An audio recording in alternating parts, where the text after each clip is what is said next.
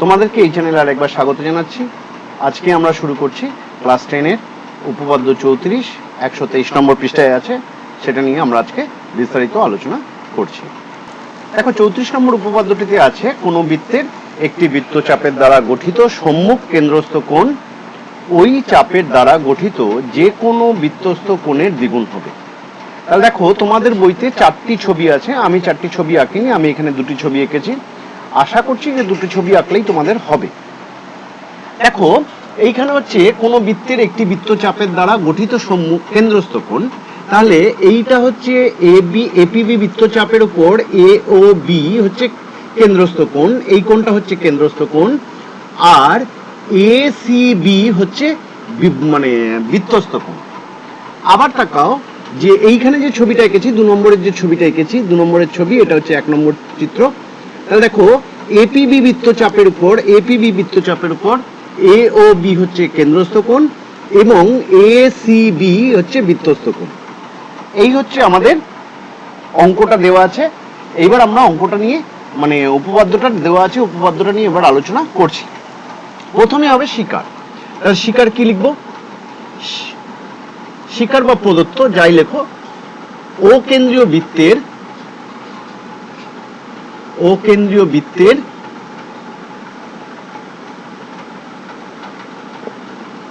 APB বৃত্তচাপের উপর angle এ O B কেন্দ্রস্থ কোণ এবং ওই চাপের উপর এসিবি অ্যাঙ্গেল এসিবি হচ্ছে বৃত্তস্থ কোণ। এই আমাকে বলেছে, ঠিক আছে। এখন প্রমাণ করতে হবে কি? 2 নম্বর হচ্ছে প্রামাণ্য বিষয় বা প্রমাণ করতে হবে যে প্রামাণ্য বিষয় কেন্দ্রস্থ কোণ পরিধিস্থ কোণের দ্বিগুণ। কেন্দ্রস্থ কোণ কোনটা? কেন্দ্রস্থ কোণ এ ও বিটা হচ্ছে কেন্দ্রস্থ কোণ, অতএব A O B is equal to 2 into ACB, অর্থাৎ হচ্ছে কেন্দ্রস্থ কোণ পরিধিস্থ কোণের দ্বিগুণ। এই কোণটা, এই যে বৃত্তস্থ কোণটা দেওয়া আছে, বৃত্তস্থ কোণ হচ্ছে এসিবি, তার দ্বিগুণ, সেটা আমাকে দেখাতে বলেছে। এখানে দেখো অঙ্কন কি করব, একটা অঙ্কন আছে, সিও যুক্ত করে ডি পর্যন্ত বর্ধিত করা হলো। সিও যুক্ত করে ডি পর্যন্ত বর্ধিত করা হলো। তাহলে এইখানেও ধরো সিও যোগ করলাম, পর্যন্ত ডি বাড়িয়ে দিলাম। তাহলে সিও যুক্ত করে ডি পর্যন্ত বর্ধিত করা হলো।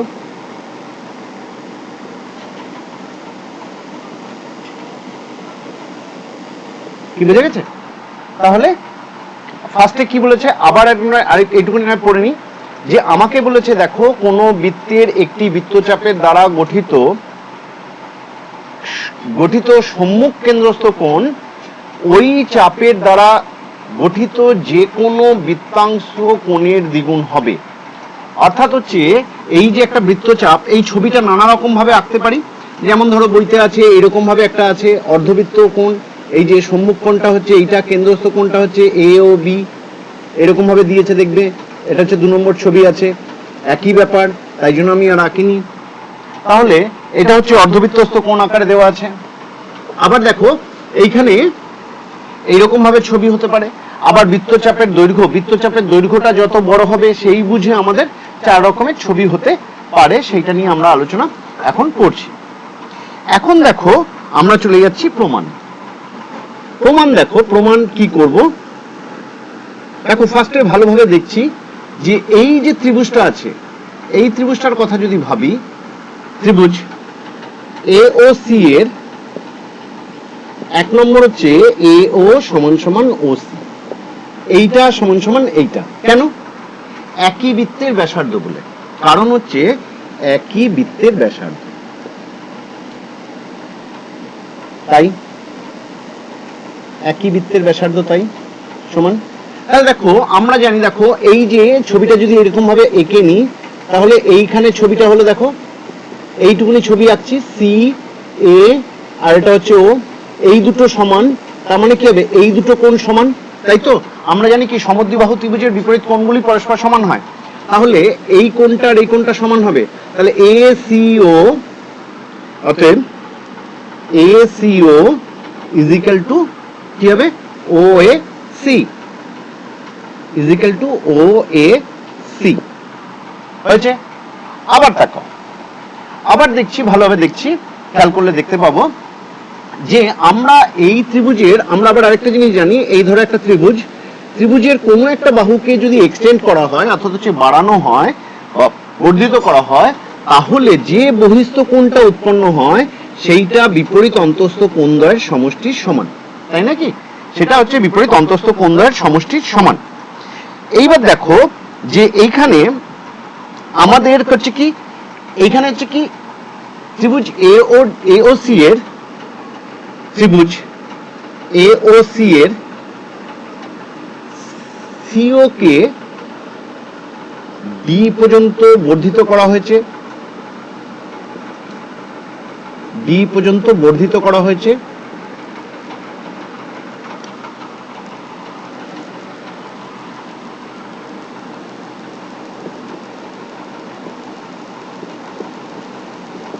তাই তো? তাহলে বহিস্থ কোণ এওডি, অতএব বহিস্থ কোণ এওডি ইজ ইকুয়াল টু কি হবে, বিপরীত অন্তস্থ কোণদ্বয়ের সমষ্টির সমান। তাহলে এই কোণটা কি হবে, এই কোণটা আর এই কোণটা সমষ্টির সমান, অতএব কি লিখবো, O C A plus O A C হয়েছে। এইবার তাকাও, ও এ সি মানে কি শিখলাম, ও এ সি মানে হচ্ছে ও সি এ। তাহলে দেখো আমি লিখছি ও সি এ, দেখো এই অ্যাঙ্গেলটা সমান সমান কার, এইটার সঙ্গে সমান, তাহলে দেখো ও এ সি এর বদলে আমি লিখতে পারবো ও সি এ, বুঝতে পারলে? তাহলে আমি লিখতে পারছি দেখো 2 ইন্টু ও সি এ। তাহলে আমি কি পেলাম, এওডি অ্যাঙ্গেলটা কি হলো, 2 ইন্টু ও সি এ হয়ে গেল। এইটাকে আমি 1 নম্বর দিয়ে রেখে দিচ্ছি। হলো? এত অব্দি ক্লিয়ার? প্রত্যেকের কাছে বোঝা গেছে? এইবার তাকাও, আবার সেম কেস, এই যে বিওডি যে ট্রায়াঙ্গেলটা আছে, আবার ত্রিভুজ বিওসি এর 1 নম্বর হবে, দেখো এই যে এইবার এই ট্রায়াঙ্গেলটার কথা ভাবছি, এইটা সমান সমান এইটা, কারণ একই বৃত্তের ব্যাসার্ধ, ওসি সমান সমান ওডি, কারণ ওই একই বৃত্তের ব্যাসার্ধ, একই বৃত্তের ব্যাসার্ধ।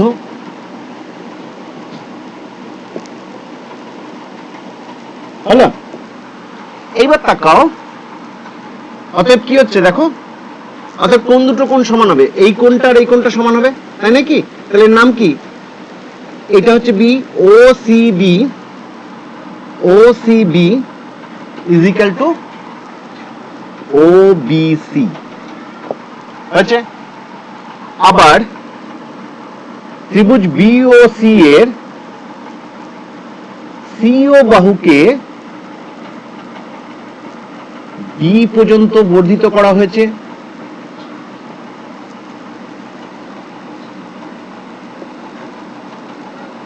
করা হয়েছে, অতএব আমরা কি জানি, বহিস্থ কোণ এইটা উৎপন্ন হয়েছে, বহিস্থ কোণ বিওডিটা কি হবে, এই কোণটা কি হবে, এইটা আর এইটার সঙ্গে সমান হবে, অতএব বহিস্থ কোণ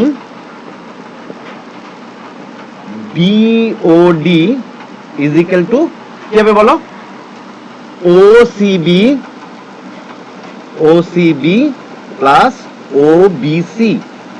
এবার ওবিসি মানে কি, ওবিসি আর এই দুটো অ্যাঙ্গেল তো সমান, তার মানে ওবিসির বদলে আমি ওসিবি লিখতে পারবো, তাহলে ওসিবি প্লাস ওসিবি, তাহলে আমি কি পেলাম, 2 ইন্টু ওসিবি। এটা হচ্ছে 2 নম্বর। বুঝে গেছে? তাহলে দেখো আমি একটু মুছে নিচ্ছি ওপর দিকে, কারণ আমার এখানে জায়গা নেই তাই।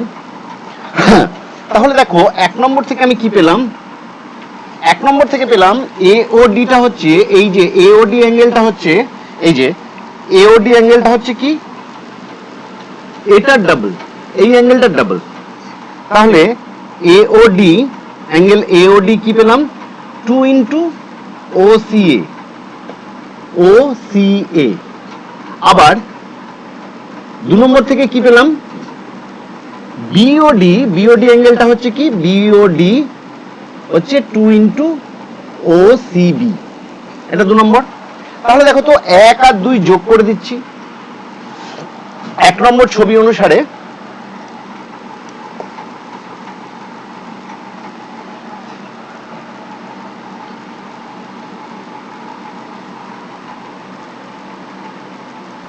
তাহলে দেখো এইবার 1 নম্বর চিত্র অনুসারে আমরা 1 আর 2 যদি যোগ করে দিই, 1 নং চিত্রানুসারে, 1 নং চিত্রানুসারে আমরা যদি 1 আর 2 যদি যোগ করে দিই, তাহলে আমি কি পাচ্ছি দেখো, এওডি, এওডি যোগ বিওডি ইজ ইকুয়াল টু কি, 2 ইন্টু, এখানে এওডি মানে কি, এওডি মানে 2 ইন্টু ওসিএ, আর বিওডি মানে plus 2 into OCD, sorry OCB. তাহলে দেখো তো আমরা এখান থেকে 2 যদি কমন নিই, তাহলে angle OCA plus angle OCB. তাহলে দেখো তো এওডি আর বিওডি এটা যোগ করলে আমি কি পাচ্ছি, এইটা যোগ করে আমি পাচ্ছি এওবি ইজ ইকুয়াল টু, এবার দেখো এইদিকে 2 ইন্টু ওসিএ প্লাস ওসিবি, এই দুটোকে যোগ করলে আমি কি পাচ্ছি, ACB is equal to 2 into ACB. সেটা হচ্ছে 1 নম্বর চিত্র অনুসারে আমার প্রমাণ হয়ে গেল। ঠিক আছে, এইবার 2 নম্বর চিত্র অনুসারে, 2 নং চিত্রানুসারে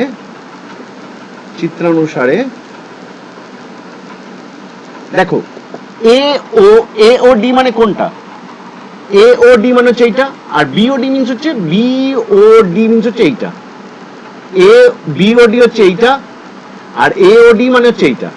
তাহলে সেইখানে আমি 2 থেকে যদি 1 কে বিয়োগ করি, তাহলে বিওডি মাইনাস এওডি, তাহলে দেখো তো বিওডিটা আগে আসবে, বিওডি মানে কি, 2 into OCB minus 2 into OCA.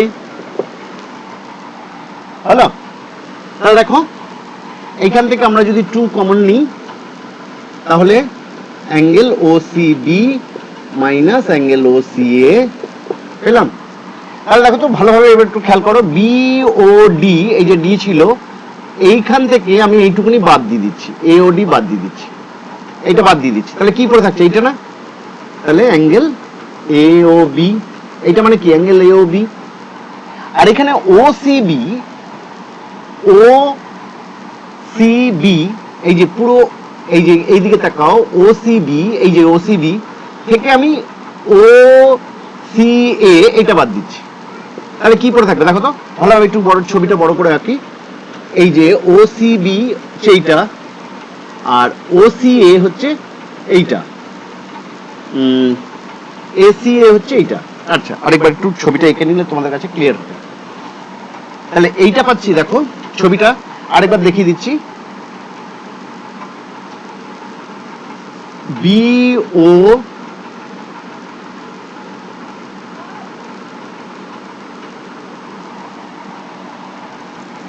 হ্যাঁ দেখো এইখানে এবার আমি ছবিটা এঁকে নিয়েছি পরিষ্কার ভাবে।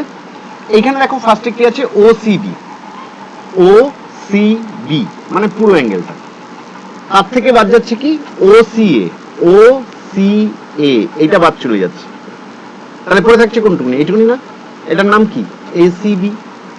তাহলে এসিবি, কিন্তু সামনে একটা 2 আছে, তাই জন্য 2 ইন্টু এসিবি।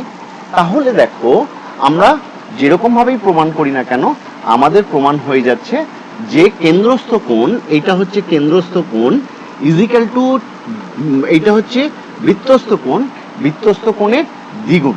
বুঝে গেছে? তাহলে তোমরা এই যে ভিডিওটি আছে, এই ভিডিওটি আমার বোর্ডের সাইজ ছোট বলে একটুখানি প্রবলেম হলো, তবে একটু কষ্ট করে দেখে নিও, আশা করছি বুঝতে পারবে, বারবার করে দেখো, ঠিক আছে? তাহলে আজকে এই অবধি।